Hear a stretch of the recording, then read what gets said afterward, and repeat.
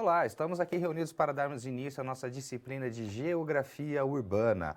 Vou começar a aula me apresentando para você. Meu nome é Tiago Augusto Domingos, sou geógrafo, mestre em Geografia, Meio Ambiente e Desenvolvimento. E na aula de hoje a gente vai falar sobre a geografia urbana e o estudo das cidades. Ou seja, a gente inicia o nosso trabalho, a gente inicia toda a nossa conversa a respeito da geografia urbana, falando sobre o quê? Falando o que é a geografia urbana, o que é a geografia urbana dentro da ciência geográfica. Esse é o nosso foco de análise, então, na data de hoje. Queria dizer que trabalhar a disciplina de geografia urbana, para mim, é um imenso prazer. Tenho bastante prazer em trabalhar com esse conteúdo, afinal, a cidade é a maior obra, né, da história da humanidade. A gente, enquanto humanidade, nunca fizemos nada tão grandioso quanto é a cidade.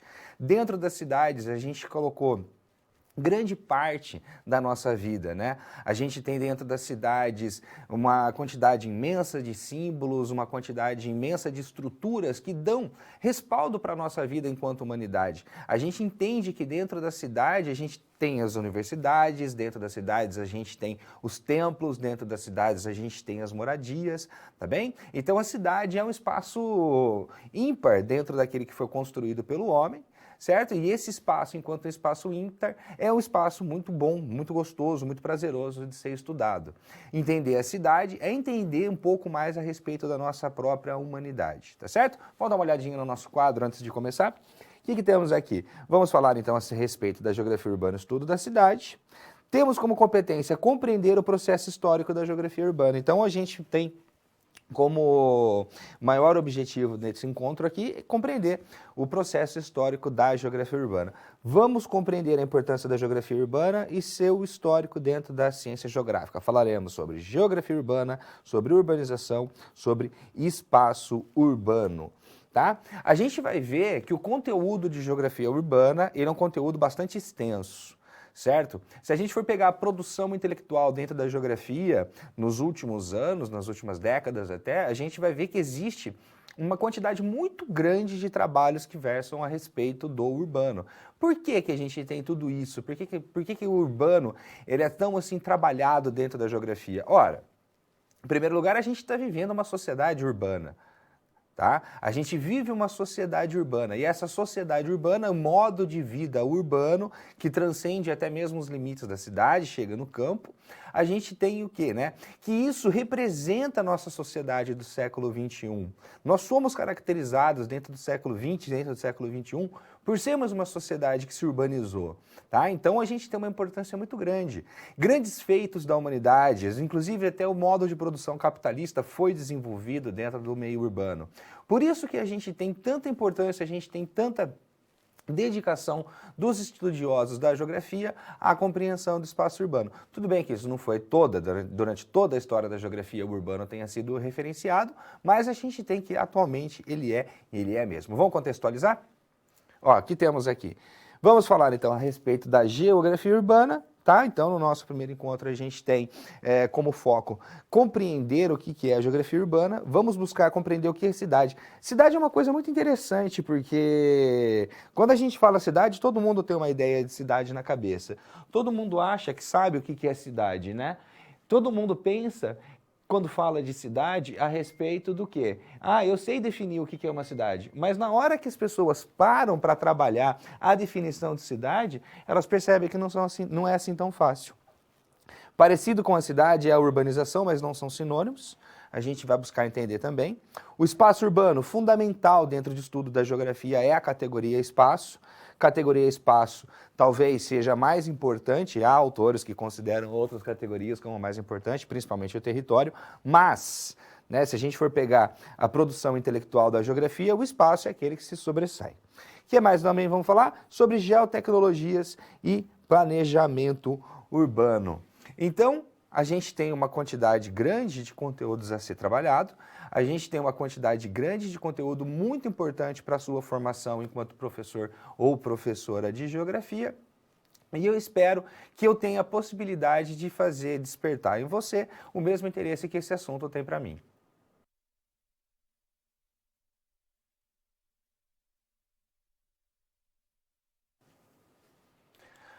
A geografia urbana, ela é um ramo da geografia tá? Que vai se desenvolver ali pelo final do século XIX, começo do século XX, e vai ganhando muita importância no decorrer dos tempos.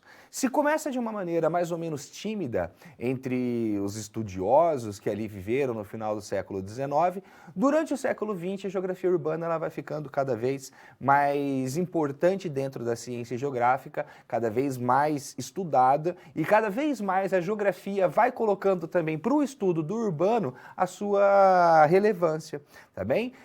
Normalmente se pensa que o urbano é uma característica de estudo, né, mais pautada dentro da arquitetura e do urbanismo, mas saibam que a geografia tem sim a sua importância e os geógrafos têm trabalhado de uma forma efetiva dentro do estudo do espaço urbano. Vamos dar uma olhadinha lá no quadro? O que temos aqui? Em primeiro lugar, então, no princípio, a geografia estava basicamente dedicada aos estudos regionais, certo? E quando a gente fala da sistematização da ciência geográfica, a gente remete ali principalmente aos estudos franceses, né, baseados em Lablache, e a importância dos estudos regionais. Com foco na relação entre o homem e o meio, também essa questão da relação homem e meio foi bastante trabalhada pelos geógrafos alemães do começo da geografia, ou então a questão territorial relacionada com o espaço dos estados modernos. A cidade e o urbano não faziam parte do começo da ciência geográfica. Então, o que a gente faz? A gente passa agora a estudar um pouco a respeito do início da geografia urbana, tá bem? E como é que a gente vai fazer isso? A gente vai fazer isso dando uma olhada em importantes autores que deram o start, que iniciaram, né, os primeiros estudos que a gente pode chamar de geografia urbana, ou pelo menos os primeiros estudos sobre a cidade. Vamos dar uma olhadinha? Que temos aqui, em primeiro lugar, este cara aqui, que é famoso demais dentro da geografia, né, talvez conhecido por todos, que é um dos pais, um dos fundadores da ciência geográfica, que é o Frederick Hatzel. O Hatzel, em 1876, a gente vai falar só um pouco a respeito da importância para a criação da ciência da geografia urbana, né, de cada um.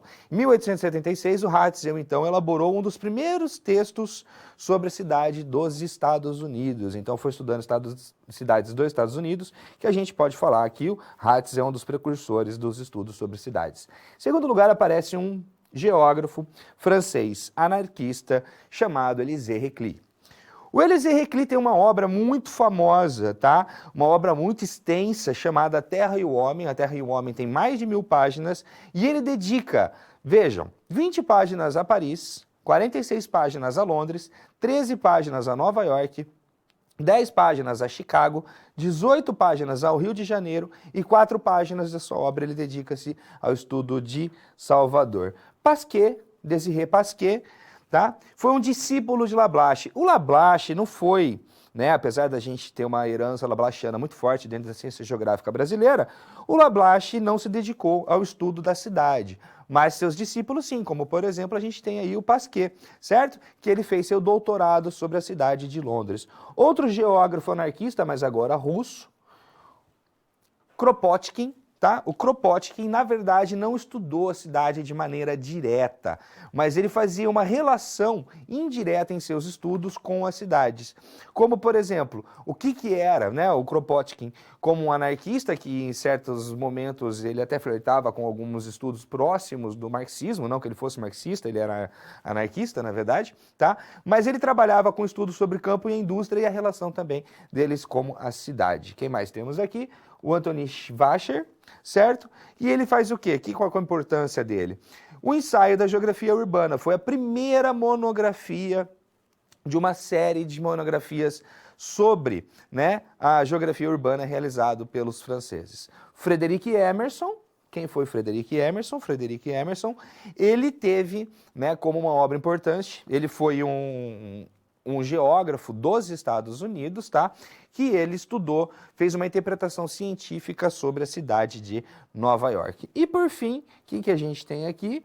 O Blanchard, certo? Que ele fez um estudo das cidades francesas e também sobre cidades canadenses, tá? Cidades canadenses que eram francofônicas. Então a gente tem os precursores da geografia urbana sendo demonstrados aí. Tá? Então, são esses os primeiros, a partir, muitas vezes, não de estudos sistematizados a respeito da geografia urbana, mas sim descrição de cidade, busca de compreensão a respeito das cidades, essas pessoas acabaram fazendo com que a gente inaugurasse a nossa tradição dentro da geografia urbana. Já que a gente está falando do começo da geografia urbana, a gente não pode deixar de falar a respeito da Escola de Chicago. Vamos dar uma olhadinha? A Escola de Chicago. A Escola de Chicago, ela surge nos anos de 1910. Logicamente que isso aconteceu por um grupo de estudiosos que trabalhavam numa faculdade de Chicago. A Escola de Chicago, ela é considerada como uma das precursoras da geografia quantitativa. Tá? Ela é considerada como uma das precursoras da geografia quantitativa, né? Geografia quantitativa, conhecida por todo mundo que estuda geografia, né? Que é um dos primeiros vieses de estudos que a gente teve dentro da ciência geográfica. A Escola de Chicago trabalhava um conjunto de metodologia de pesquisa aplicado à sociedade urbana. Então tinha muito de sociologia dentro dos estudos da Escola de Chicago, tá? A gente teve a sociologia urbana dentro da Escola de Chicago, extremamente importante. A Escola de Chicago estudava patologias sociais, problemas que tinham dentro da sociedade, como o consumo de drogas, violências e por aí vai. A ecologia humana e também o darwinismo social. Quando a gente fala a respeito disso, a gente tem que entender que esses conceitos são hoje considerados completamente ultrapassados, tá? Não só dentro da ciência geográfica, mas dentro de toda ciência humana, porque se buscava naquela época, havia uma influência muito forte do darwinismo, né? A teoria evolucionista, ela estava muito acalorada, a discussão sobre isso estava muito acalorada naquela época. Então, trouxeram para dentro da teoria social o quê? Elementos que tinham dentro do natural. Então, por exemplo, dentro do darwinismo social, era comum que palavras da biologia fossem utilizadas de formas análogas para a realidade social, como, por exemplo, simbiose, competição e por aí vai, tá certo? Mas a Escola de Chicago hoje, né, o viés de estudo que era trabalhado na Escola de Chicago se encontra obsoleto nos dias de hoje, mas para a época foi uma grande revolução e foi de extrema importância para o início dos estudos de geografia urbana.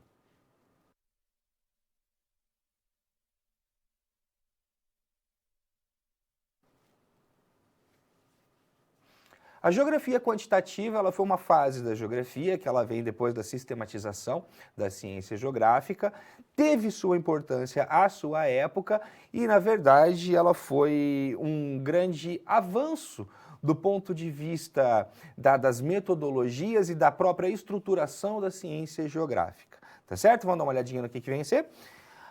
A geografia quantitativa, ela tem, né, o papel de realizar a ruptura com a geografia clássica e a sistematização da geografia moderna. Então, os trabalhos que eram anteriormente realizados dentro da geografia clássica, extremamente baseada nos regionalismos, na descrição, isso passa a ser alterado sobremaneira com o início do trabalho da geografia quantitativa. Importante dizer que ela surge após a Segunda Guerra Mundial.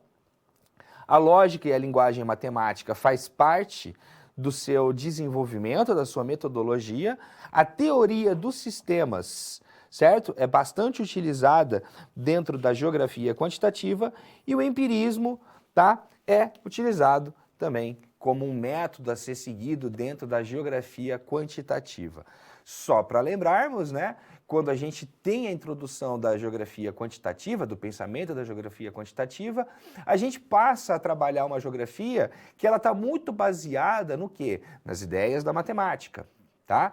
Então, gráficos, tabelas, equações, tudo isso faz parte do desenvolvimento do pensamento geográfico dessa época. Nós temos heranças até hoje dentro da geografia brasileira. Se nós pegamos o Instituto Brasileiro de Geografia e Estatística, certo? Em partes a gente tem uma consideração de que é uma geografia próxima àquela que era feita na época da geografia quantitativa, da época da geografia teorética. E dentro do Brasil a gente teve um desenvolvimento muito forte do pensamento da geografia teorética. Se a gente pega, por exemplo, todos os trabalhos que eram realizados na cidade de Rio Claro, que é um dos grandes polos de formação de geógrafos dentro do nosso país, o Boletim de Geografia Teorética foi um difusor muito grande do pensamento daquela época, tá certo?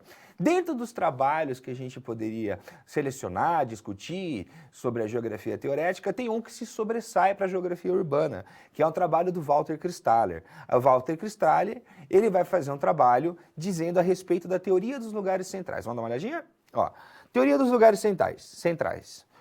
Em 1933, o Walter Christaller, que ele é alemão, escreveu um livro chamado Os Lugares Centrais no Sul da Alemanha. E esse livro, Os Lugares Centrais no Sul da Alemanha, acabou tendo extrema divulgação, não logo após a sua publicação, tá? Vamos lembrar que a gente estava falando que a geografia teorética ela é pós-Segunda Guerra, né? Pós-45, certo? A gente tem aqui que a publicação do livro foi em 33, mas alguma década depois, mais ou menos, a gente teve que o livro do Christaller acabou tendo grande aceitação dentro da comunidade científica geográfica internacional.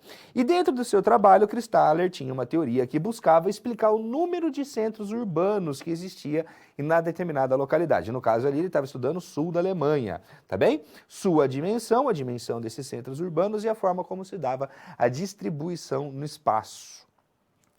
A localização e o tamanho das cidades não são colocados de forma aleatória, mas obedecem uma organização. Ou seja, o trabalho que o Christaller estava desenvolvendo ali na década de 1930 já vinha demonstrando que existe uma rede e essa rede ela é hierarquizada. E dentro dessa hierarquia a gente tem as suas particularidades, com cidades maiores e com cidades menores. Ok? Vamos voltar no quadro? Ó.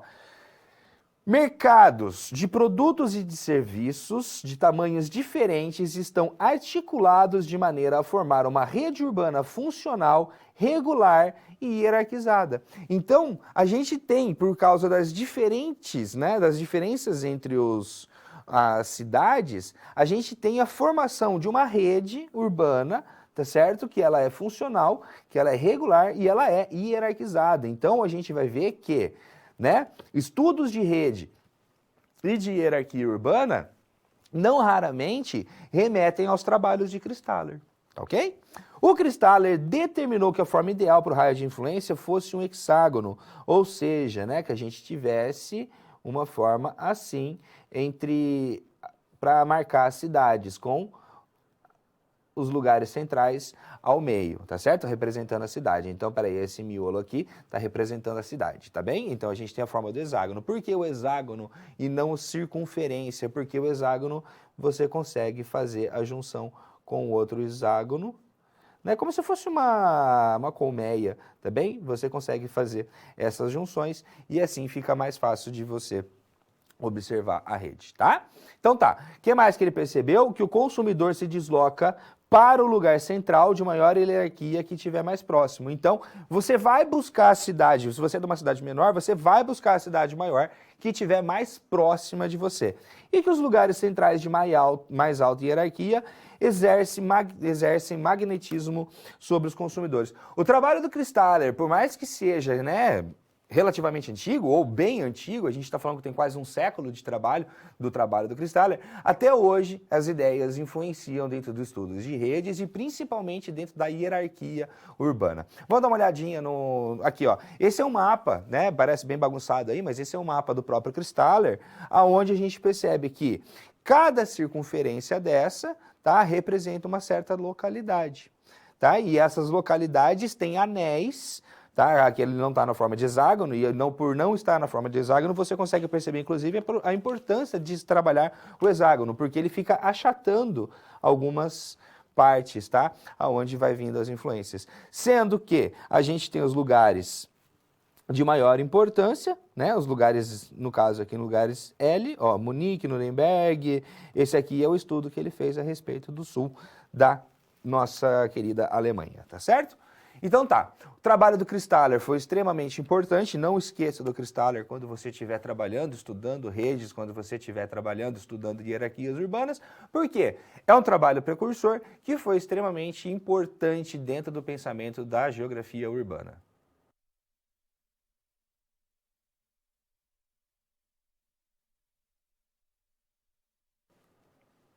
A geografia crítica, quando ela surge, né, quando ela aparece dentro das discussões da geografia, ela vem exatamente para contrapor o que estava sendo realizado pela geografia teorética, pela geografia quantitativa, tá bem? A geografia quantitativa passou a ser considerada uma geografia a serviço do Estado, passou a ser uma geografia que não dava condições para a compreensão exata daquilo que acontecia no mundo, já na década de 70, década de 80, tá certo? Não dava conta de estudar a problemática social dos países, dos lugares, das cidades. Então, dentro de um movimento de forte crítica à própria geografia, a gente tem uma mudança de viés. Logicamente que a gente lembra dos trabalhos do Yves Lacoste, tá? Quando a gente tem ali a Heródoto, a famosa revista Heródoto do Yves Lacoste, que acabou, né, que era uma revista de geopolítica, que acabou trazendo toda discussão sobre isso. Aí a gente vai ter o Geografia, isso serve em primeiro lugar para fazer a guerra, que também foi um livro marcante dentro da transformação da geografia quantitativa para a geografia crítica. Tá bem? Vamos dar uma olhadinha na geografia crítica? Geografia crítica, então, ela surge dentro da crítica à geografia quantitativa, tá? Essas críticas foram ferrenhas, bem dizer, foram críticas ferrenhas, tá? A gente teve o uso da ciência geográfica, ele passa a ser agora, a ser trabalhado com um conteúdo político muito forte, tá bem? A geografia, ela para de ser uma geografia descritiva, ela para de ser uma geografia que tenta apenas contar aquilo que está no espaço, mas ela tenta ser atuante, politicamente atuante, a geografia tenta ser. Ela passa a ser, né, um instrumento de promoção social e também de libertação do homem. E dentro disso, tá, dentro desse movimento, o materialismo histórico e dialético, ele dá-se como método, certo?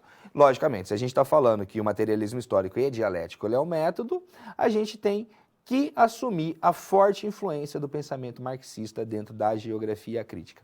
E dentro da geografia crítica, eu não estou falando dentro da geografia urbana, dentro de um viés crítico, certo? Essas características primordiais, elas foram do próprio viés da geografia crítica, que não acredito até hoje que tenha sido superado por um viés. Eu acho que pelo menos dentro da produção nacional, tá? Logicamente que a gente tem dissonâncias, nada é único, a gente não tem só o marxismo, só a geografia crítica como método dentro da geografia, mas até hoje ela é extremamente importante para a formação da nossa geografia brasileira. Tá bem? Vamos dar uma olhadinha em alguns importantes autores. E agora a gente não vai falar só de geógrafo, não. É muito importante a gente remeter a alguns não geógrafos que foram essenciais, tá? Que foram essenciais para a formação intelectual da geografia urbana crítica brasileira.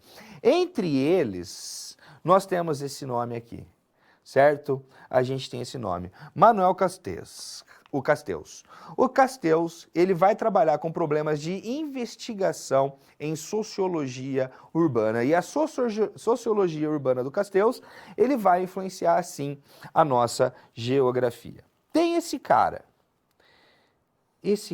que eu estou fazendo um quadradinho, que na verdade não é um quadrado, é um retângulo, sobre o nome dele. Henri Lefebvre. O Henri Lefebvre, a partir deste momento que a gente está se encontrando, tá? Ele passa a ser uma das pessoas mais importantes para que você venha compreender a nossa forma de trabalhar o urbano. Por quê?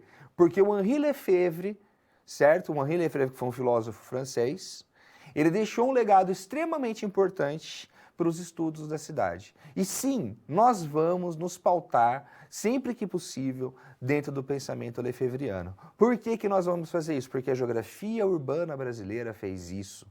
Os importantes autores que nós temos dentro da geografia urbana brasileira, se não todos, quase todos foram beber em Lefebvre. Tá bem? Então, Lefebvre passa, neste momento, a ser uma das pessoas mais importantes para você compreender a geografia urbana. Tá ok? Vamos voltar lá? Quem mais? A Jane Jacobs. Jane Jacobs foi uma escritora, tá? Que ela escreveu um livro extremamente importante, extremamente famoso, que é o Morte e Vida de Grandes Cidades, onde ela vai contar a respeito de todos os problemas que a gente tem nas metrópoles, tá bem? Quem mais que a gente tem aqui? Choi, a historiadora, que ela é uma filósofa também, perdão, ela também é uma filósofa e trabalhava a história da arte, da arquitetura. E outra pessoa também importante foi o Godier, que ele também trabalhava a questão da sociologia urbana. Se falamos de autores não geógrafos, vamos falar agora de importantes autores da geografia. Quem temos? Em primeiro lugar, David Harvey. David Harvey, um geógrafo dos Estados Unidos, tem uma produção dentro da geografia urbana extremamente importante, está aí produzindo muito até hoje, não tanto dentro da geografia urbana, mas ele é extremamente importante, onde ele tem o livro Justiça Social e a Cidade e a Produção Capitalista do Espaço, como 2 livros a serem destacados. O Soia, tá? O Eduardo Soia, ele vai trabalhar bastante a questão do espaço urbano capitalista e também da construção das pós-metrópoles, tá? O Soia gosta, ele passa a dar uma viajada, indo para as partes do pós-modernismo, ele faz isso. Este cara, muito importante para todo mundo que estuda geografia no Brasil e no mundo, tá? Que é o senhor Milton Santos, com uma vasta produção a respeito da questão da produção do espaço urbano e da produção do espaço urbano capitalista, logicamente. A Fanny, tá? A Fanny, que vai numa linha muito próxima também do Milton Santos. Marcelo Lopes de Souza, que destoa o tanto quanto, tá? Por que o Marcelo Lopes de Souza destoa um tanto quanto?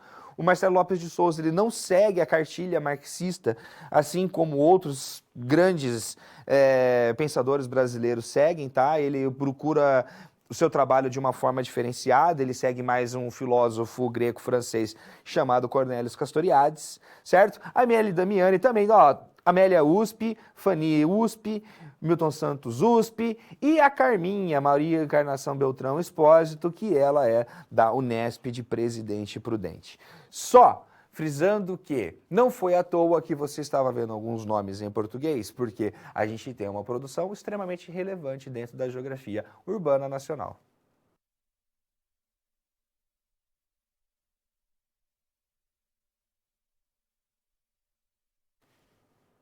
Vamos pensar um pouco a respeito da nossa geografia urbana, da geografia urbana que é feito do nosso país, tá ok? Vamos dar uma olhadinha?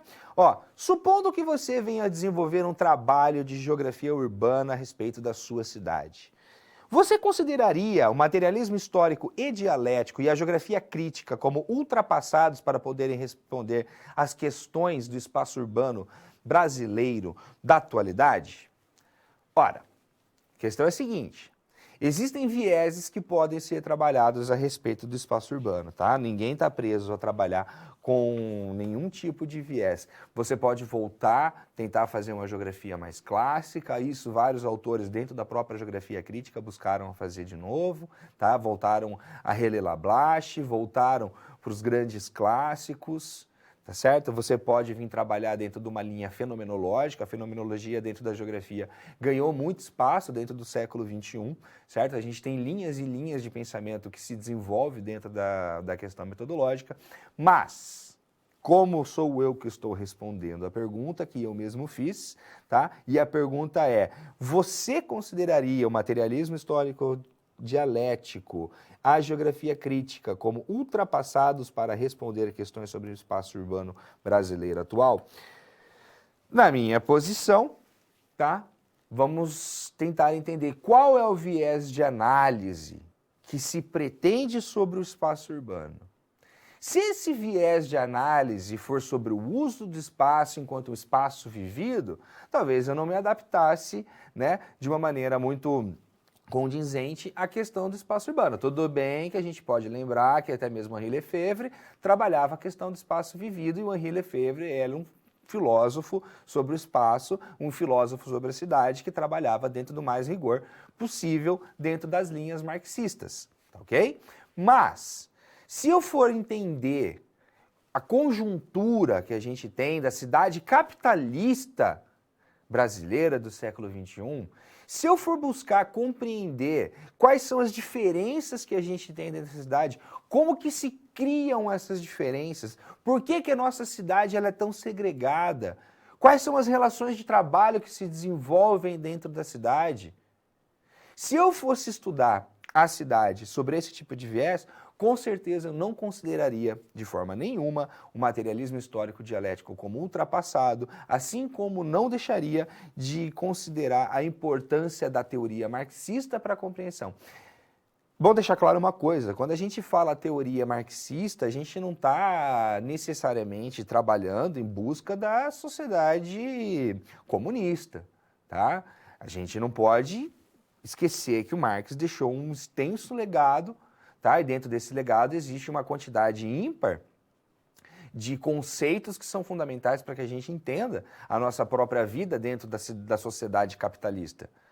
Né? A teoria de valor, por exemplo, a questão da mais-valia, por exemplo, isso não quer dizer que se está buscando romper com as bases capitalistas para a transformação de um socialismo, tá bem? Então a gente tem que ter maturidade para entender que dentro da teoria marxista não necessariamente a gente está buscando ali, certo? A construção de uma sociedade socialista. A gente tem que entender também que o materialismo histórico e dialético trabalhado pelo Marx, onde ia colocar que a materialidade deveria ser trabalhada, onde o movimento da história ele se dá de maneira dialética, isso não quer dizer necessariamente também que a gente está buscando a transformação da sociedade capitalista numa sociedade socialista, tá bem? Então, quando a gente fala da importância do materialismo histórico e dialético, quando a gente fala da importância da influência do pensamento marxista dentro da geografia urbana, a gente tem que entender uma coisa. O desenvolvimento da teoria marxista, ela se deu para tentar entender as contradições do capital.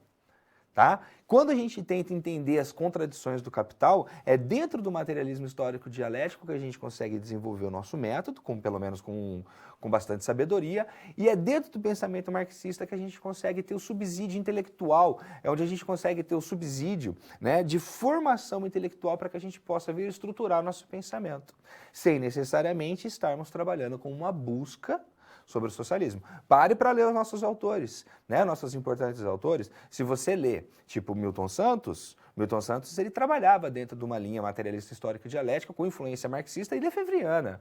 Mas o Milton Santos não fazia uma proposta de superação do capitalismo, ele fazia críticas ferrenhas ao capitalismo. Com certeza fazia. Ele fazia análises aprofundadas a respeito de como se dava a construção do espaço urbano capitalista, mas não necessariamente ele estava buscando fazer a superação do espaço urbano, estava querendo fazer a superação do modo de vida capitalista, tá certo? Então vamos ter sabedoria, vamos entender que por mais que essas teorias elas são desenvolvidas há bastante tempo, não considero que elas tenham sido ultrapassadas. Por quê? Porque os problemas que elas investigam, tá, desde o começo, esses problemas, a forma como se investiga esses problemas não foram superados. Se você pega a geografia de outros países, a influência marxista é menor do que a gente tem no Brasil. Por quê? Porque o Brasil é atrasado? Não, porque nós temos problemas sociais a serem resolvidos. Tá? Então, é uma teoria que auxilia muito fazer com que a gente tenha condição de compreender e de atuar sobre os problemas sociais.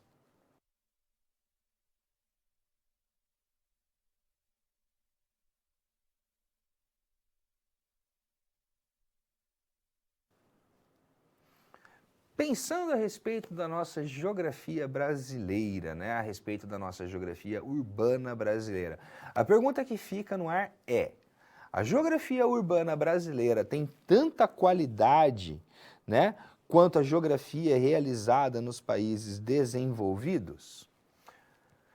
Bem, não é questão de opinião, é questão de sabedoria, é questão de análise, é questão de reconhecimento. A produção de geografia urbana brasileira, ela não só é extremamente equiparável em qualidade àquilo que é feito no exterior, como dependendo do lugar, a gente tem o uso de teóricos brasileiros também dentro de algumas universidades fora do país. Sobretudo, né, aquele que é considerado o maior geógrafo brasileiro de todos os tempos, que é o Milton Santos, certo? E o Milton Santos foi um autor que se dedicou bastante à questão do urbano. ele acabou, trabalhos do Milton Santos que você acabava observando voltados diretamente para a geografia urbana, como o Manual de Geografia Urbana, certo? Até mesmo todos os livros que ele trabalha sobre o estudo do espaço. O Milton Santos foi uma pessoa que se ocupou muito de buscar fazer o quê? Compreender o espaço. E que espaço que ele buscava compreender? Se você ler os textos dele, os exemplos, os trabalhos, as dedicações que ele se dá não são no campo, tá? São trabalhos que estão pautados dentro do quê? Dentro do estudo do urbano, tá?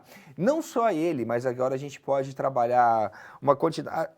Conheço os geógrafos brasileiros, conheço os geógrafos que trabalharam geografia urbana dentro desse país. Conheço a Roberto Lobato Correia, extremamente importante o trabalho do Roberto Lobato Correia. O Pedro Pinchas Geiger, que trabalha dentro do IBGE, não sei se ele trabalha até hoje, mas pelo menos trabalhava. O Marcelo Lopes de Souza, do Rio de Janeiro, a Amélia Damiani, de São Paulo, a Maria Encarnação Beltrão Espósito, de Presidente Prudente, a Tânia Maria Fresca, que hoje está aposentada, que foi professora da Universidade Estadual de Londrina. São pessoas que deixaram um legado muito importante para a ciência geográfica, não só para a ciência geográfica brasileira, mas sim também trabalhos que não devem nada àqueles que são realizados lá fora. Por quê? A gente vive uma realidade, normalmente quando você pega os autores de geografia urbana, comumente aqueles que mais se destacam são aqueles que são de São Paulo. E não é porque São Paulo é melhor, não é porque a USP é melhor. É porque estudar São Paulo, a cidade de São Paulo, ter a cidade de São Paulo como objeto, é simplesmente ter a cidade mais problemática da América do Sul como objeto de estudo. Então aquilo que você consegue extrair de São Paulo é muito diferente. Tanto que, aí vai uma crítica, quando a gente trabalha com geografia urbana em ambiente escolar a gente normalmente trabalha só grandes cidades. Tá? Então você tem muito São Paulo, você tem muito Belo Horizonte, você tem muito Rio de Janeiro, bastante Nova York, um excesso de Londres, um monte de Tóquio. Mas grande parte das cidades brasileiras são cidades pequenas. Provavelmente você vai trabalhar numa cidade pequena, tá bem? E a gente tem a importância de fazer o quê? Buscar trabalhar também essa questão que envolve a cidade pequena. E a cidade pequena não foi negligenciada. Nós temos estudos de cidades pequenas também. Pega o trabalho da Tânia Maria Fresca, tá? Ela fez bastante trabalho a respeito da rede urbana do norte do Paraná, e dentro desses estudos da rede urbana do norte do Paraná, ela foi reconhecendo particularidades e importância das pequenas cidades para a estruturação da rede. Tá? E isso é muito importante, porque se normalmente a gente negligencia as pequenas cidades, porque considera elas como de menor importância dentro da economia da rede, a gente considera que ela tem uma questão diminuta em matéria de habitantes, no trabalho, a professora Fresca ela conseguiu chegar à conclusão do quê? Que há cidades no norte do Paraná que são extremamente relevantes para o desenvolvimento da rede. Tá ok? Então, concluindo, a gente não pode falar que a nossa produção acadêmica de geografia urbana no Brasil, ela está aquém daquela que é realizada no mundo desenvolvido, tá bem? No mundo desenvolvido a gente tem muita gente boa, mas no nosso país a gente também tem. Então, fica aí para você poder conhecer o que temos de produção intelectual a respeito da geografia urbana dentro do nosso país.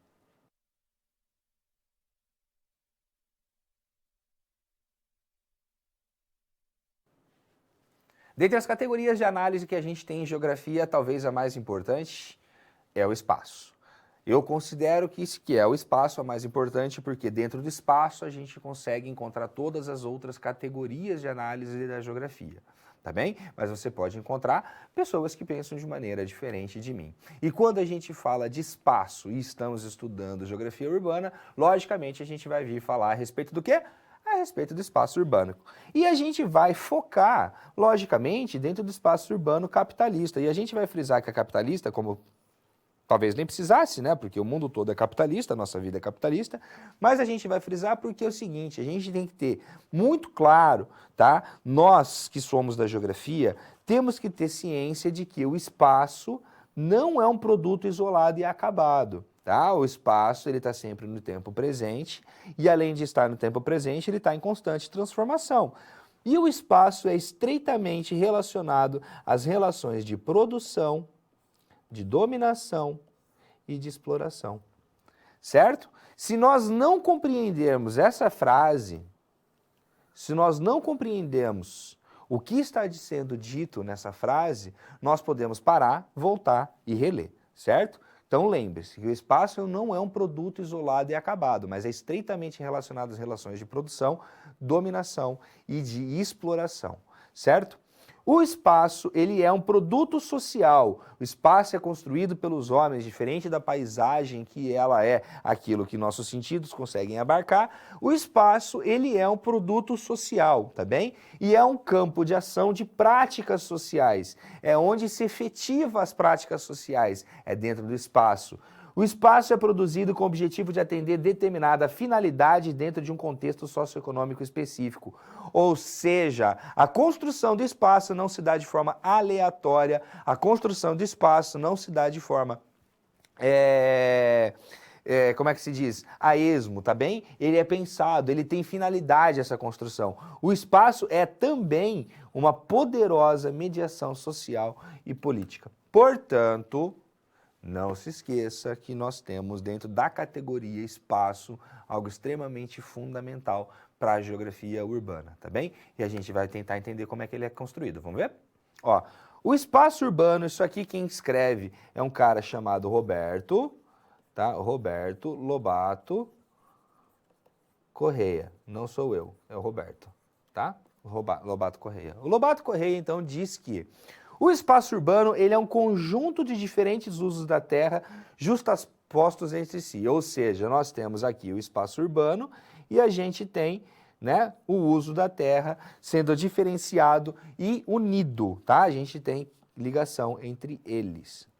O espaço ele é fragmentado, essa fragmentação do espaço a gente percebe quando a gente tem, né, acho que nada mais saliente para perceber isso do que áreas ricas e áreas pobres dentro da cidade. Ele é fragmentado e também é articulado. Por quê? Porque se a gente tem uma área rica e uma área pobre na cidade, essas áreas trocam de maneira, né, com intensidades diferentes, trocam fluxo. Tá bem? Principalmente do quê? De pessoas das áreas pobres indo trabalhar nas áreas ricas. Tá bom? Ele é um reflexo da sociedade. Eu gosto mais, esse aqui é do Roberto Lobato, eu gosto mais de falar que o espaço, na verdade, ele não é um reflexo, mas ele é uma expressão espacial da sociedade, tá bom? Porque o reflexo ele é virtual, né? O reflexo não existe, mas agora quando a gente fala que é uma expressão espacial, a gente está falando que ele realmente existe. Nada de crítica ao trabalho do Roberto, mas é apenas uma questão de uso das palavras. O espaço também é um condicionante social, ou seja, dependendo do lugar onde você estiver inserido, o espaço te condena a ser de determinadas formas. Ou seja, se você está colocado dentro de uma área pobre, tá? Você tem maior probabilidade de ser uma pessoa de baixa renda. Ele é um conjunto de símbolos, isso aqui é fantástico, fabuloso, maravilhoso. Por que isso aqui é fantástico? Porque somos seres simbólicos, tá? Nós somos seres simbólicos em tudo o que fazemos. Quando a gente para conversar, as nossas conversas são feitas de símbolos. Quando a gente para ler um livro, a leitura é feita de símbolos. Quando a gente para construir cidades, as cidades são cheias de símbolos. Nós fazemos catedrais, a gente faz, né, imponentes prédios públicos, os bancos tentam colocar imponentes e altos, grandes prédios dentro das áreas mais valorizadas do país, tá certo? Historicamente a cidade é campo de símbolo, pensa, por exemplo, nas cidades que a gente tem no Egito, tá? As pirâmides se destacavam, que eram a parte simbólica do luto, né, da morte dos faraós, certo? Então a cidade ela é um campo de símbolos e também é um campo de lutas. Como que a gente quer dizer como campo de lutas? A gente quer dizer que muitas lutas ocorrem dentro das cidades, como greves, como os piquetes, como reivindicações, conflitos que às vezes chegam a serem violentos, conflitos não violentos, tudo isso se dá dentro da cidade. Mas quem produz a cidade? Essa é uma pergunta importante que deve ser respondida. Quem são os agentes responsáveis pela produção da cidade? Vamos dar uma olhada? Ó, em primeiro lugar, a gente tem, isso aqui também é Roberto Lobato Correia, tá? Não era para ter mudado. Beleza, ficou aí. Roberto Lobato Correia. Quem são eles? Os proprietários do meio de produção, sobretudo os grandes industriais. Por que eles são importantes produtores do espaço urbano? Eles são produtores de espaço urbano de grande importância porque eles são grandes consumidores de espaço urbano. As grandes fábricas demandam, né, grandes espaços, então os proprietários dos meios de produção, eles são sim grandes consumidores de espaço, eles são importantes agentes do espaço urbano à medida que eles precisam de bastante cidade para poder fazer a instalação da planta da sua fábrica. Vamos voltar ali? Proprietários fundiários, esses são bastante interessados dentro da cidade, né? Porque o proprietário fundiário é aquele cara que tem a terra urbana, tá? Ele é o cara que tem a terra urbana. Como proprietário da terra urbana, normalmente ele busca fazer com que o preço dessa terra seja o mais elevado possível. Para quê? Para que ele possa reverter terra capital, tá? E transformar isso em dinheiro, certo? Quando ele acaba monetarizando a terra dele, ele vai buscar fazer isso no maior preço. Ele também normalmente tem interesse de que as franjas da cidade, tá? As áreas periurbanas sejam transformadas em áreas urbanas, as áreas rurais passem a ser áreas urbanas, porque o preço da terra urbana é muito mais elevado do que o preço da terra rural. Vamos voltar? Os promotores imobiliários. Promotores imobiliários é um carinha, tá? Que aí envolve uma série de atividades relacionadas aos promotores imobiliários. Podem ser eles responsáveis pela incorporação, pelo financiamento, pelo estudo técnico, pela construção e também pela comercialização dos imóveis das cidades, tá? Então os promotores imobiliários, eles entram com essa importância. Vamos voltar? Quem mais que temos aqui? Estado, certo? O Estado. O Estado é uma figura e tanta, né, dentro da questão que envolve o espaço urbano. Por quê? Em primeiro lugar, o Estado tem uma coisa que ninguém mais tem. Nenhum outros agentes produtores do espaço urbano vão ter esse poder que ele tem, que é o poder de fazer o quê? Regular o uso do espaço. Mediante lei, certo? Os municípios, eles são autônomos para legislar sobre o seu território. Então, o Estado, ele é capaz, ele é possível de autorregular o uso do espaço que ele mesmo faz. E o Estado é um gigantesco consumidor de espaço urbano. Por que o Estado é consumidor de espaço urbano? Porque o Estado precisa de terra para regularização fundiária, o Estado precisa de terra para construção de obras públicas, para construção de parques e também para reserva fundiária, que é extremamente importante, tá bom? Vamos lá ver o último? O que nós temos aqui? Os grupos sociais excluídos. Os grupos sociais excluídos, eles vão ser responsáveis pela transformação, né, do espaço urbano, da forma como eles conseguem agir, que é o quê? Principalmente dentro da produção da favela. Ok? Então nós temos, não só na favela, a gente tem também a produção de cortiços, de bairros de alta construção, de bairros de baixa renda também, tá certo? Mas é na hora de construção da favela que eles agem como o mais perceptível possível dos consumidores de espaço urbano.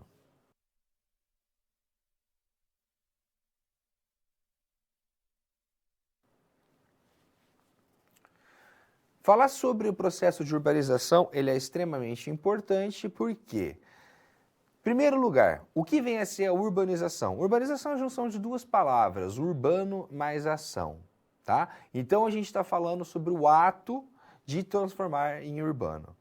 Quando a gente vem falar sobre urbanização, quando a gente fala de urbano, quando a gente fala de cidade, nós temos que ter a consciência de que a gente trabalha com termos polissêmicos. O que são termos polissêmicos? Termos polissêmicos são aqueles que assumem mais de um significado dependendo do contexto ou dependendo da pessoa que trabalha este contexto, tá certo? Então, quando a gente fala da questão da produção do espaço urbano, quando a gente fala da urbanização, a gente pode estar se referindo ao aumento de moradores da cidade em relação ao campo, tá certo? Ou então na construção do modo de vida urbano.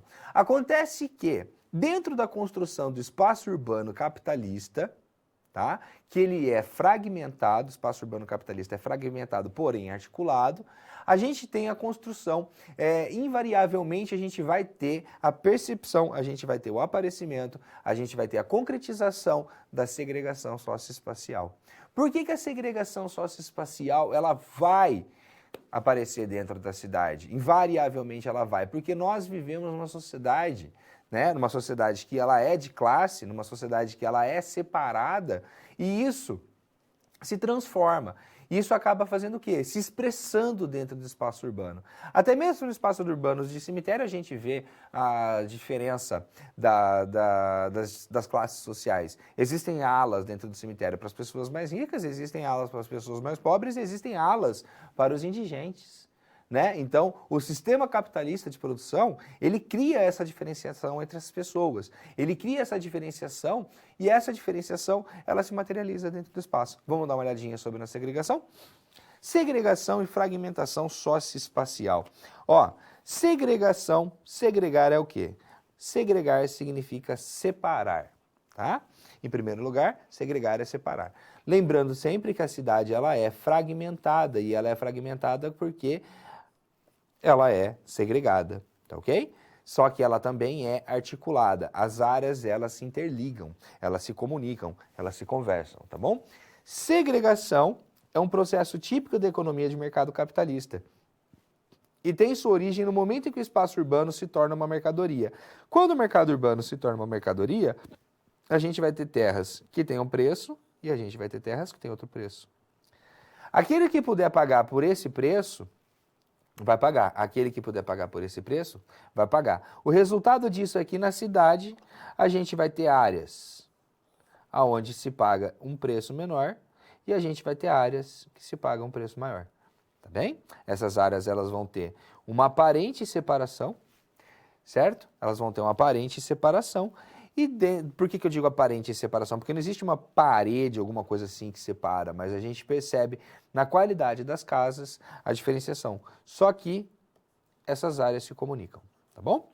Então vamos lá?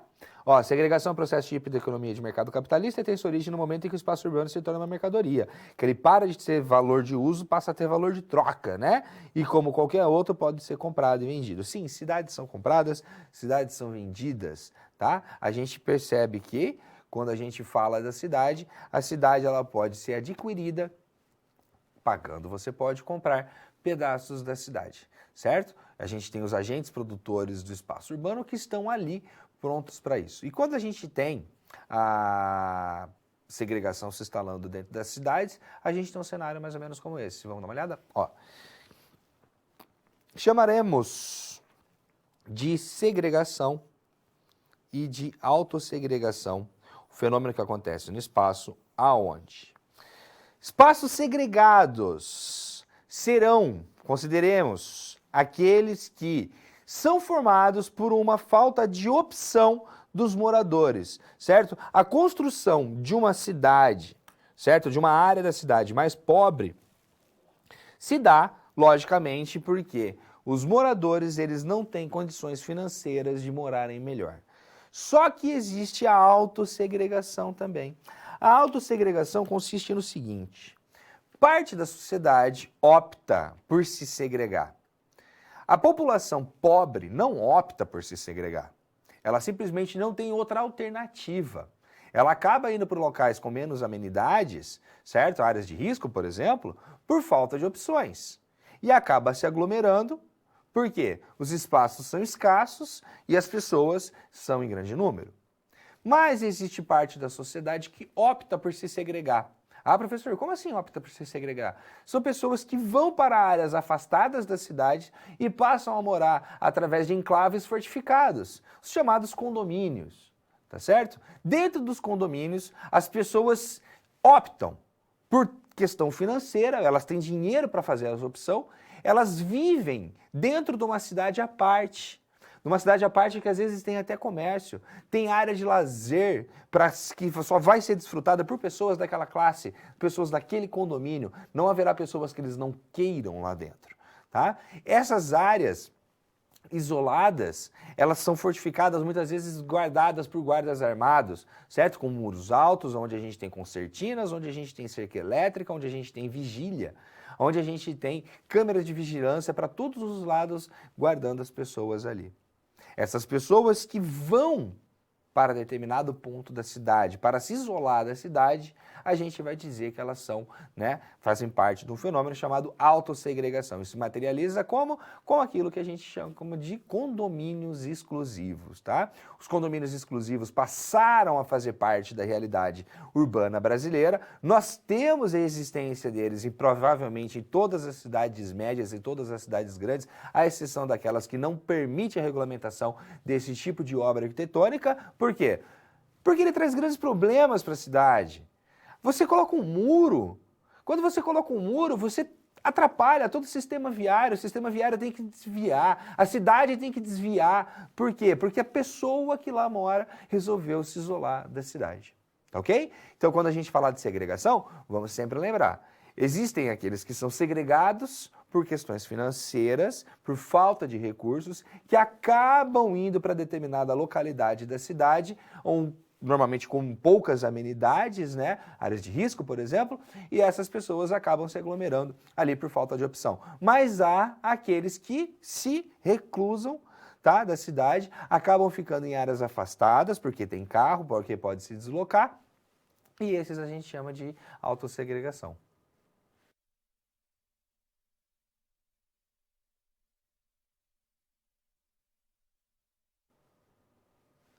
O uso de tecnologia dentro do planejamento urbano é uma realidade em grande parte das cidades do mundo. Não acho que eu estou exagerando no que eu digo pelo seguinte, porque há acessibilidade, tá, para as cidades. Talvez falar que grande parte das cidades do mundo foi um pouco de exagero dizer que eles trabalham com isso. Mas a gente tem o quê, né? Dentro das maiores cidades, elas têm possibilidade de criar um corpo técnico que são capacitados para fazer trabalho com o quê? Com geotecnologias. Isso que nós da geografia tão bem conhecemos, né? E como é que a gente pode, o que a gente tem de geotecnologia que pode nos auxiliar dentro do planejamento urbano? Vamos dar uma olhadinha? Em primeiro lugar, a gente vai falar sobre sensoriamento remoto. Sensoriamento remoto, né, é o uso de sensores para fazer coleta de dados de um alvo de maneira remota, ou seja, sem ter contato direto. Quem temos? Aerofotogrametria. Aqui a gente tem um avião capaz de fazer o levantamento de fotografias aéreas.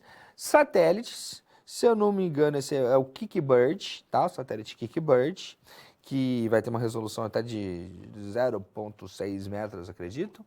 Nós temos radar, olha os radares, tá? O radar que, diferentemente do satélite, é considerado, né, como um sensor ativo. Ele emite a radiação bate em determinada localidade e volta para ele. Aí a gente está falando do uso da Endeavour, né, da nave do ônibus espacial, para fazer coleta de dados. E por fim, quem aparece aqui?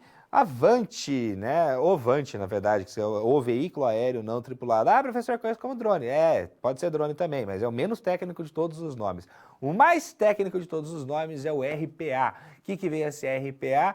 Veículo remotamente pilotado em inglês. Então, se você quiser trabalhar de forma mais técnica, ao invés de falar drone, fale RPA, tá ok? Então, esses aí são possibilidades, né? Essas são possibilidades do uso da tecnologia para coleta de dados a respeito da cidade. Sem dados, a gente tem uma dificuldade muito grande de poder fazer o planejamento de uma cidade, porque a gente não conhece a cidade, certo? Então, o sensoriamento remoto é capaz de fazer essa coleta de dados. Além do sensoriamento remoto, o que a gente tem também? Os sistemas de informação geográfica, né? Os chamados SIGs. E os SIGs, eles têm como característica maior a possibilidade de fazer o quê? Sobreposição de camadas, ou então também chamado de overlay, ok? O overlay, que é então a possibilidade da gente fazer camadas separadas e trabalhar com essas camadas na hora de fazerem os estudos. E conforme a gente pode fazer a separação dessas camadas para a realização dos estudos, nós temos a possibilidade de correlacionar determinadas camadas para ver se existe, como é que se diz? Para ver se existe alguma correlação entre os dados que são apresentados entre as diferentes camadas, tá bom?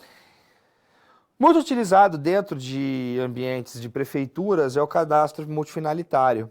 O cadastro multifinalitário, como a gente consegue observar aqui nessa imagem, ele consiste no seguinte: a gente tem os lotes da cidade, a gente tem todos os parcelamentos, todas as áreas públicas, todas as áreas privadas da cidade colocadas dentro de uma base de dados que seja georreferenciada, tá? E dentro de cada uma desses polígonos, né, que representam os lotes aqui, a gente tem uma tabela associada e nessas tabelas associadas a gente pode colocar a quantidade de informação necessária, a quantidade de informação que for possível para o trabalho da prefeitura. Então, a construção de um cadastro multifinalitário é um processo bem demorado, porque imagina você colocar dados de todos os lotes de uma prefeitura, de uma grande cidade, dentro do computador. Mas depois disso pronto, simplesmente você tem um banco de dados que te permite analisar a cidade de maneira muito rápida,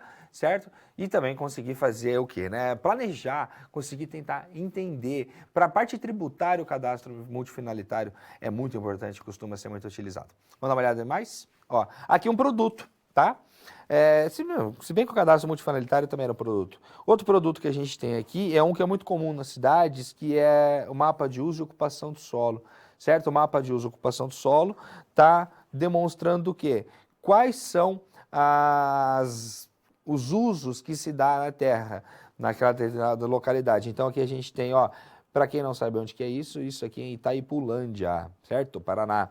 Zona de comércio aqui em vermelho, zona industrial em roxinho, zona residencial verde, que é predominante aqui nesse fragmento de Itaipulândia, né? Habitação popular em azul, serviço público comunitário em amarelo, áreas institucionais em azul, agricultura em branco e vazio urbano em cinza, certo? Então, ó, esse é um tipo de mapa que mostra uma radiografia sobre a realidade, sobre como é este município, tá bom? Quem mais que a gente tem aqui? Mapas de riscos ambientais. No caso aqui a gente está falando do Rio de Janeiro, tá? E é um sistema de risco a respeito de deslizamento de terra, tá? Respeito de deslizamento de terra. Então, as áreas em roxo, a cartografia tem dessa, né? As áreas de cores mais quentes representam a intensidade do fenômeno, as áreas mais claras, parte de menor intensidade do fenômeno. A gente tem que as áreas em roxo aqui são colocadas como áreas de maior possibilidade, maior risco de deslizamento de terra, certo? Então, nas prefeituras de hoje, dentro do século XXI, nós temos que ter, sim, né, a possibilidade de uso das tecnologias, porque as tecnologias elas estão aqui e elas permitem nos ajudar, certo? Dentro de uma prefeitura, uma base de dados georreferenciado sobre as informações da cidade, permite que o poder público tenha uma ação muito mais rápida e tem outra, permite também muito mais transparência a respeito do serviço público, porque, né, o serviço público pode demonstrar para os cidadãos quais são os serviços que ele está realizando.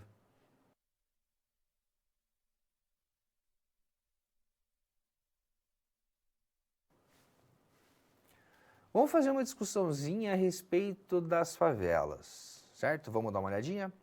Ó, a favela pode ser definida a partir da sua dupla ilegalidade, a ilegalidade fundiária e a legalidade construtiva. Por que a gente considera como esses parâmetros, né, o fundiário e o construtivo como ilegal, mas a gente não considera como ilegal as condições que levam uma pessoa a morar em favela? Vamos começar pelo seguinte, falando do seguinte. O termo favela se tornou um tanto quanto desgastado de um certo tempo para cá no Brasil, né? Se busca o uso de outros termos, como se o uso de outro termo pudesse talvez melhor dar conta da realidade existente, ou então que soasse como certo tipo de eufemismo. Mas acontece o seguinte. A palavra favela, tá, que ela se tornou tão desgastada, se imbuiu de certo preconceito a palavra, ela tem muita história.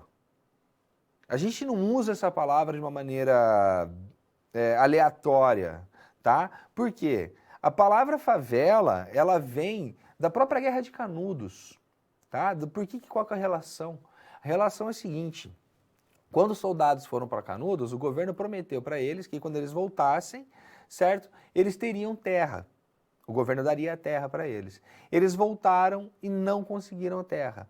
Passaram a morar num morro, certo, visando pressionar o governo, que era o Morro da Previdência, lá no Rio de Janeiro. A primeira favela brasileira se deu no Morro da Previdência, no Rio de Janeiro, certo? E lá nesse morro tinha uma plantinha que parecia uma planta que havia lá no Nordeste, que era qual planta? A planta que chamava favela. Então eles começaram a falar que o Morro da Providência era o Morro da Favela. Por quê? Porque tinha a planta que parecia favela, certo? Então a gente tem uma construção histórica do termo que talvez não seja interessante perder por questões de preconceitos. Porque quando você passa a chamar de comunidade, você desvirtua algo que era muito único. A favela tem muita cultura, a favela tem muita história, certo? A cultura brasileira passa dentro da favela. A cultura brasileira, ela depende da favela. A gente está falando do samba, a gente está falando do chorinho, a gente está falando de muita coisa que vem da favela, tá certo? Quando a gente passa a chamar de comunidade, peraí, comunidade, diversos tipos de comunidade eclesiástica, comunidade isso, comunidade aquilo, tá bem? Então, por isso que eu vou continuar trabalhando com o termo favela, certo? Então, quando a gente fala que a favela ela tem uma dupla ilegalidade, certo? Essa ilegalidade ela é fundiária e ela é construtiva. Por que ela tem uma ilegalidade fundiária? A ilegalidade fundiária da cidade é porque o morador da favela não é detentor da posse da terra, certo? Ele não tem a posse da terra. E ela também é uma ilegalidade construtiva pelo fato de que as construções na favela não obedecerem todas as normas, todas as regras que são colocadas pela prefeitura, tá certo? Então essa é a dupla legalidade. Agora a pergunta é, por que existe, né? Por que a gente considera a favela uma dupla ilegalidade, mas agora as condições de vida que faz com que uma pessoa venha a morar numa favela, nós simplesmente não consideramos como ilegal? Por quê? Porque construímos uma sociedade capitalista que está baseado dentro da exploração, construímos uma sociedade que legisla, né, para que o status quo possa vir a ter continuidade, certo? Então, quando a gente pensa que, por exemplo, nós deveríamos ter criado uma sociedade que condenasse que as pessoas não tivessem uma condição digna de vida, mas a gente não construiu uma sociedade que proíbe que as pessoas tenham condições dignas de vida, tá? Pelo contrário, a gente legitima isso, certo? A gente legitima a existência de moradores de rua.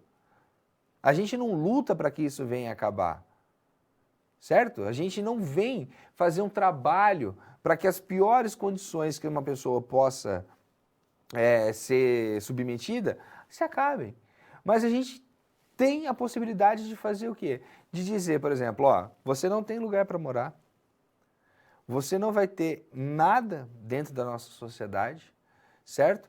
Você vai ser uma pessoa que vai ter que buscar dentro do seu suor de maneira desesperada aí, se virar, você, filhos, esposa ou marido, tá? Vocês vão ficar nessas condições e é o seguinte, vocês não têm onde morar e vocês não vão morar. Ó, mas espera aí, eu sou alguém.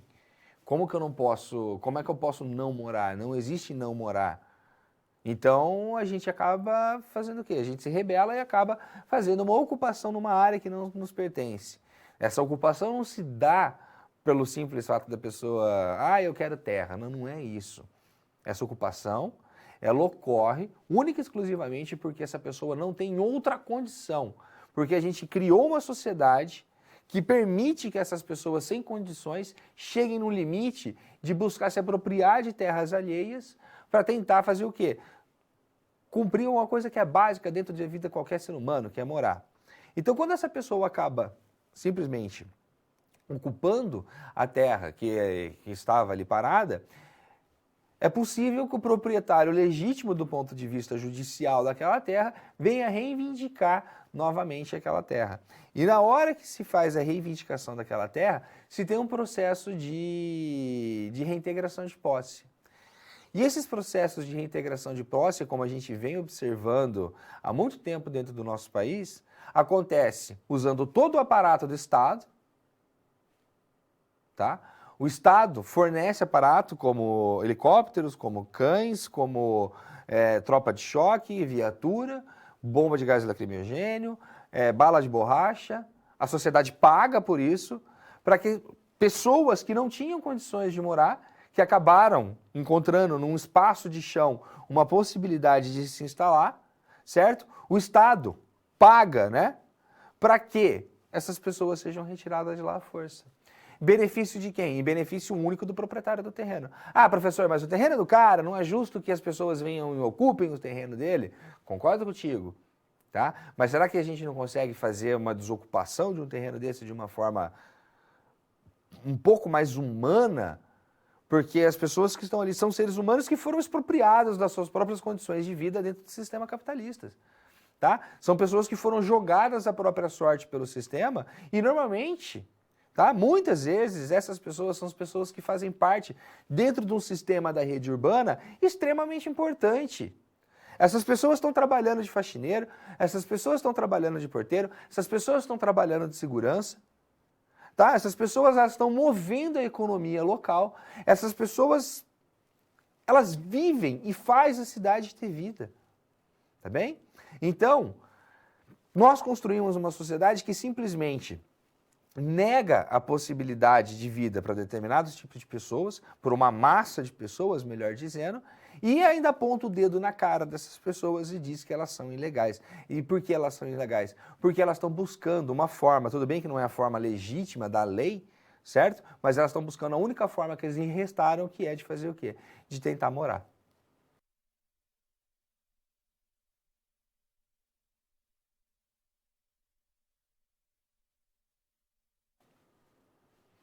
Já tecnologias estão aí para serem utilizadas dentro dos municípios, certo? E dentro dos municípios a gente tem diversas maneiras que a gente pode utilizar a geotecnologia.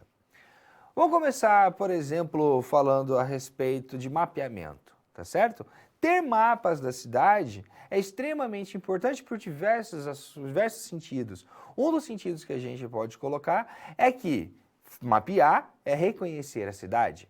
Dentro desse mapeamento, a gente pode começar a colocar diversos atributos, todos aqueles que forem espacializáveis e alguns até não espacializáveis, como, por exemplo, cadastro alfanumérico, tá certo? Planilhas alfanuméricas a gente pode colocar também dentro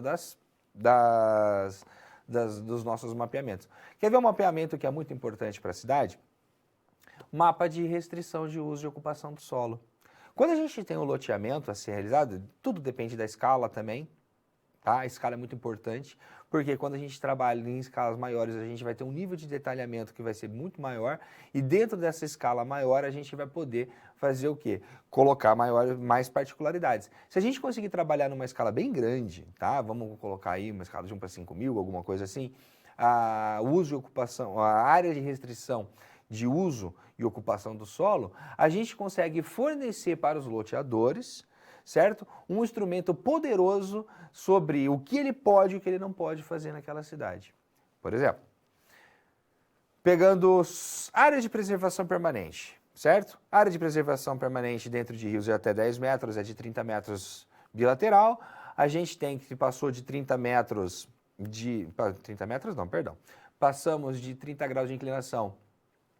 A gente tem uma área que não pode ser urbanizada, salvo, tá? Salvo autorização específica do poder público.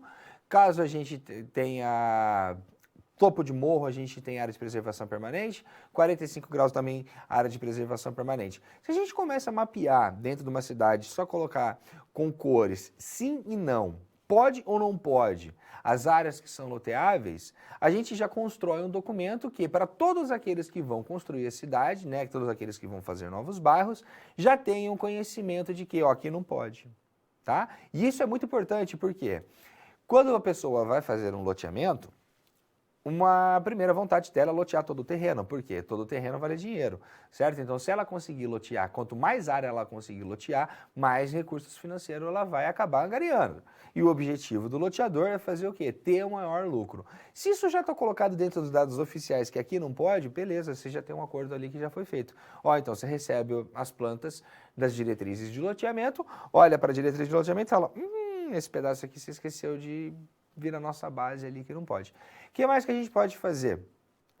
A gente pode utilizar as geotecnologias para fazer simulações, certo? A respeito de áreas de risco, como por exemplo, fazer mapa de risco, muito importante, e fazer uma simulação também sobre áreas que são suscetíveis à inundação, certo? Dentro dessas áreas que são suscetíveis à inundação, a gente tem uma possibilidade de ação muito maior, de trabalho muito mais efetivo para que a gente venha mitigar, para que a gente venha diminuir a problemática das enchentes.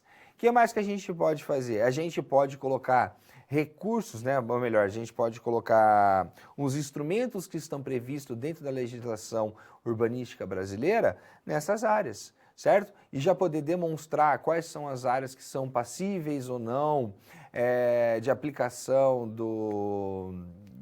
da PEUC, né? do parcelamento de edificação compulsório, de IPTU progressivo, certo? De outorga onerosa do direito de construir, e por aí vai. A gente pode fazer mapas temáticos também demonstrando quais são as áreas de parques, isso ser utilizado também para forma turística, né, dentro da cidade. E, logicamente, utilizar todas essas ferramentas para a parte de planejamento da cidade, para pensar como que a cidade ela vai se desenvolver nos próximos 5, nos próximos 10 anos, certo? O uso da geotecnologia ela é extremamente importante e nós temos muitos municípios utilizando. É importante mesmo que a gente venha fazer o uso desse tipo de tecnologia, que elas estão aí para trazer um auxílio para o nosso desenvolvimento urbano. Dando uma olhada então, o que a gente tem aqui, do que a gente trabalhou no decorrer da nossa aula, recapitulando o que a gente teve. A gente viu o que é a geografia urbana, né? Quando que nasce a geografia urbana, ou melhor, a gente foi ver os primeiros autores que trabalharam a cidade dentro da geografia. A gente falou de pessoas como Hatzel, falamos de pessoas como Euclides, Kropotkin, tá bem? A gente foi observar quais foram os primeiros trabalhos que envolveram a cidade. Depois a gente falou a respeito do quê? Da geografia teorética, né? A geografia teorética ou geografia quantitativa, que ela veio para romper as bases da geografia clássica, da geografia que havia sido sistematizada cientificamente anteriormente, tá bem? Dentro da geografia teorética, o trabalho do Walter Christaller sobre a teoria central, ele foi extremamente importante e vem influenciando os estudos de rede e também de hierarquia urbana até o dia de hoje. Não que talvez ele faça uma influência direta, tá? Mas um trabalho de rede, um trabalho de hierarquia urbana, normalmente acaba referenciando o Christaller, nem que seja pela sua importância histórica. Falamos depois a respeito de quê? Depois a gente falou a respeito da geografia crítica. Geografia crítica é muito importante, tá? E o estudo do urbano dentro da geografia crítica é algo de extrema relevância. Nós temos uma quantidade muito grande de bons geógrafos que trabalham a geografia urbana sobre o viés da geografia crítica, certo? Nós temos principalmente a escola da USP, tá? Ela é excelente na formação desses profissionais, e isso porque eles estão em São Paulo, e São Paulo é a cidade mais problemática que a gente tem. Se existe um problema urbano, São Paulo tem esse problema, tá? Nós temos Rio de Janeiro também, muita gente forte, muita gente de nome no Rio, Roberto Lobato, Marcelo Lopes, mas a gente tem que entender que dentro da geografia crítica, que é aquela que tem um olhar, né, um viés marxista, a gente tem uma produção acadêmica de geografia urbana, tanto nacional quanto internacional, extremamente relevante. O que mais que a gente falou? Falamos também do espaço urbano. O espaço é a categoria de análise em geografia que eu considero a mais importante. Por que eu considero a mais importante? Porque dentro do espaço a gente pode reconhecer, né, está contido os demais. Quando a gente fala de espaço urbano, a gente está falando de um objeto da geografia extremamente estudado, certo? Extremamente estudado sobre diversos vieses diferentes. Se nós pautamos dentro da geografia teorética e dentro da geografia crítica, a gente também não pode esquecer que a geografia fenomenológica trabalha muito a questão do espaço, tá bem? E dentro da fenomenologia, nós temos trabalhos que versam sobre o urbano, que inclusive buscam, né, entender como que o indivíduo se dá, a relação do indivíduo com a cidade e, de maneira mais mais prática, de maneira mais próximas ao planejamento, buscar entender como essa interação do indivíduo com a cidade pode vir a construir cidades melhores. De que forma? Como que as praças devem ser pensadas para os transeuntes, como que os passeios públicos devem ser pensados, como que os parques devem ser pensados, tá ok? O que mais que a gente viu? Vamos dar uma olhadinha. A gente viu, por fim, as chamadas geotecnologias, né? Geotecnologias que estão disponíveis, se elas já foram tão caras num passado distante até. Hoje a gente tem o desenvolvimento de software gratuito, a gente tem o desenvolvimento, né, de distribuição de imagens de satélites gratuitas, pelo menos dentro do Brasil a gente tem, certo? E reconhecer que espacializar a cidade dentro do computador, trabalhar com as geotecnologias é extremamente importante para que a gente possa melhor compreender a cidade e também visando fazer o quê? Fazer o planejamento dessa cidade, tá certo? Por que o planejamento? Porque o planejamento é aquilo que vai desenhar o que vai ser a cidade do futuro. Importante que esse planejamento seja feito entre sociedade e poder público, tá? E a gente tem que dentro das geotecnologias a gente pode otimizar esse trabalho. Bem, para esse nosso primeiro encontro era isso que a gente tinha para conversar. Espero que essas informações tenham sido válidas para vocês e a gente volta a se encontrar numa outra oportunidade. Até mais e um forte abraço.